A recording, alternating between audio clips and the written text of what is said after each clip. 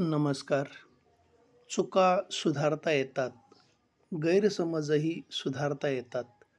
पण चुकीचा विचार कधीच सुधारला जाऊ शकत नाही. माणसाच्या चेहऱ्यावरचं तेज हे त्या माणसाच्या अंतःकरणातल्या सकारात्मक विचारांवर पूर्णतः अवलंबून असतं.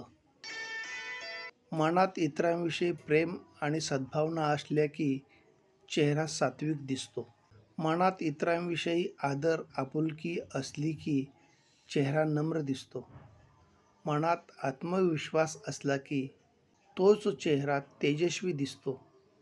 त्यासाठी कोणत्याही कृत्रिम मेकअपची गरज नसते. अहंकार प्रत्येकाच्या मनात असतोच. त्याचे पण दोन चेहरे असतात. एक स्वाभिमान आणि दुसरा गर्व. अहंकाराचं रूपांतर जेव्हा स्वाभिमानात होतं तेव्हा कर्तृत्व जन्माला येतं आणि जेव्हा तो गर्वाचं रूप धारण करतो तेव्हा तो फक्त विनाशाला निमंत्रण देतो.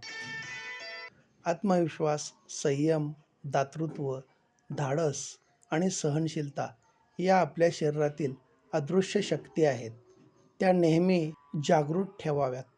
मग आयुष्याचा प्रवास हा यशाचा राजमार्ग झाल्याशिवाय राहणार नाही. धन्यवाद.